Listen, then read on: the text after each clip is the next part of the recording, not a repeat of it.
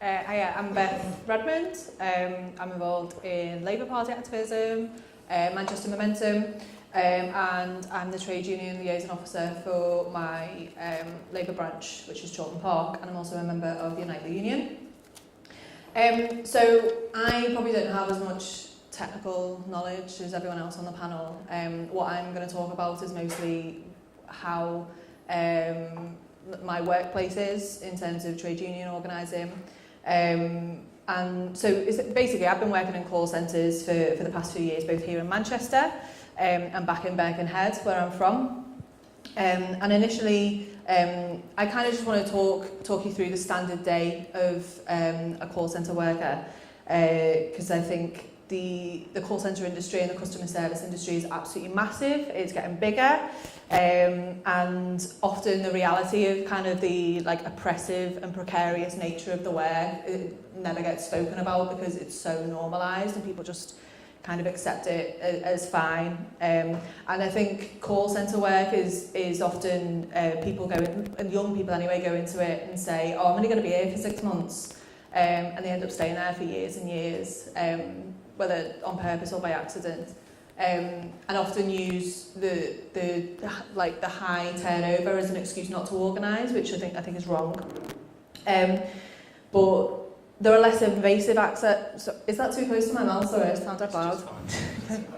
There's less invasive aspects of customer service work that kind of shock people of like my parents' generation and my grandparents' generation who grew up with joining a trade union in a workplace as standards. Like as soon as you walked into a workplace, you'd be asked to join the union straight away. And that's things like working on Christmas Day for your standard pay rate, like not getting paid any extra for working Christmas Day, stuff like that. And I say to my nan now, like I'm working on a Sunday, and she says like, oh, are you getting paid any extra? And you'd be like, no. And she's like, are you messing? Like she's fuming about it. But there's loads of more like really like insipid things that are like a lot more damaging than like just not getting more pay on a Christmas Day. And obviously this is just like an example of my own experiences. I'm sure other sectors are the same, if not even worse than the one I'm currently in, but this is all that I've experienced. So like in my old job, I used to work in Birkenhead, which wasn't a very nice job. There were 600 workers in one building, must have been 10 floors, and loads of different companies inside this one building. Everyone was outsourced twice, so there were a number of agencies inside one building, probably up to 5 agencies who employed everyone in the building, and then everyone was also working for a different company. Must have been like 60 different companies inside the whole building. So because we were with different agencies, everyone's on different terms and conditions, everyone's on different rates of pay, and what that meant, because you could kind of just use that as like a little side note, but what that actually means in theory is that which was often kind of workers are having arguments with management or like taking issue with certain aspects of their work, what that means is that every worker is incredibly isolated. They're easier to get rid of if they happen to say anything to their boss, say anything to their manager. And that happened all the time. I've seen people get sacked on the spot for the worst one I've seen is someone getting sacked on the spot for looking at the boss the wrong way. Like the boss was in a bad mood that day. I didn't even know what happened, but they looked at the boss the wrong way. The boss marched them out the building. We never saw them again. We go into work. We're all required to log onto the phones 10 minutes before our shift starts. We don't get paid for that extra 10 minutes. We're only able to log out of our phone the second the clock turns. So say you finish at 8 o'clock in the evening, you're only able to log out of your phone at the second it turns 8 o'clock. If you get a phone call at 59 minutes and 59 seconds, and that phone call lasts an hour, you have to stay on the phone. You don't get paid for that extra time unless your boss is in an exceptionally good mood. And if you say anything to your manager about it, what you get back is basically like, oh, you need to improve your call handling skills. You should have been able to end the call early. That's your problem. Our managers are able to track every single second of our day, depending on the code that we enter into the phone.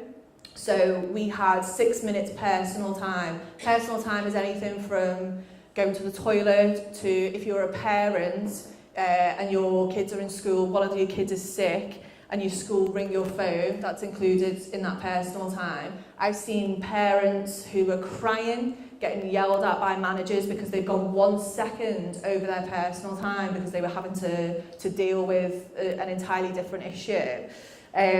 If you went over by 1 second, and I'm not exaggerating that, if you went over by 1 second, you get taken into a disciplinary with your manager.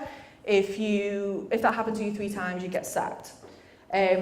Regardless of our individual needs or abilities about how much work you can do, what kind of work you can do, your strengths, your weaknesses, we had kind of arbitrary targets for things like how long you're on the phone for, how many calls you take in a day, how long you spend on the toilet. Like if you go over that, that's a bad target, which is absolutely creepy and weird.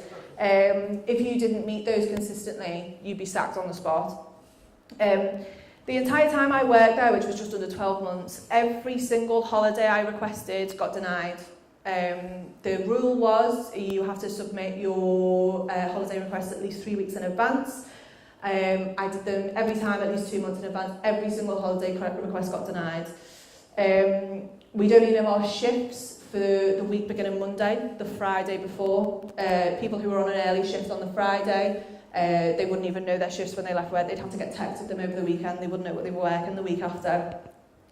And the reason I'm saying all this is because this is normal. This isn't just me saying like a bad example. This happens to so many young people and everyone just accepts it as fine. At one stage, we were trying to get our entire team moved over to better contracts. And we'd organise this, either we'd talk to each other between calls, we'd go to the canteen, we'd talk there, or if we went to the pub after work, we'd talk about it in the pub.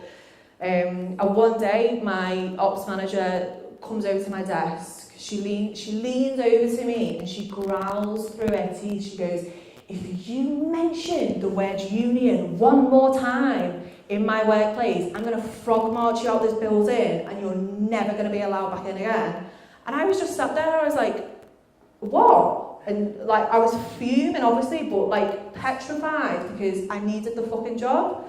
And that's how it is for most people. Like they're scared to say anything to anyone because the job is so precarious and that's their only form of income. That instance, we ended up passing a sheet, putting people's signatures underneath it, passing it around the desk. Underneath where no one could see, and basically we managed to win it by making everyone agree not to do any overtime, which is what the company relied on because it was so understaffed, and we managed to move everyone over to better contracts, which was really good. And now, like for those who managed to get work with NGOs or think tanks and like all the rest of it, I imagine it's really, really easy to go through your entire life and not understand the necessity to join a trade union or even get involved in any kind of workplace dispute. And like, I kind of am jealous of that, to be honest. And it's kind of incredibly easier for the media to paint like a picture of trade unionists of being strictly kind of thuggish, middle-aged men who like love disrupting people's days for a laugh, but like actually the reality is incredibly different. And in my own experience, if you ask anyone who thinks trade unions are a bad thing, whether they could work under some of the conditions that I've mentioned, they're reluctant to answer, or they'll come back at you with something completely off the wall and just be like, "Oh, why don't you just go and get another job there?" And even if getting another job was possible, which for a multitude of reasons it's not always easy to do that. The idea that everyone who has bad conditions just keeps moving on to the next thing, like searching for something perfect, is A, impossible because it doesn't fucking happen. Bosses will always try and curb your conditions. The only reason people get paid minimum wage is because it's illegal for your bosses to pay you any less. And B, leaving your colleagues and the position that you previously held open for someone else to be treated the same way that you did seems borderline selfish to me. Like I find that quite intolerable.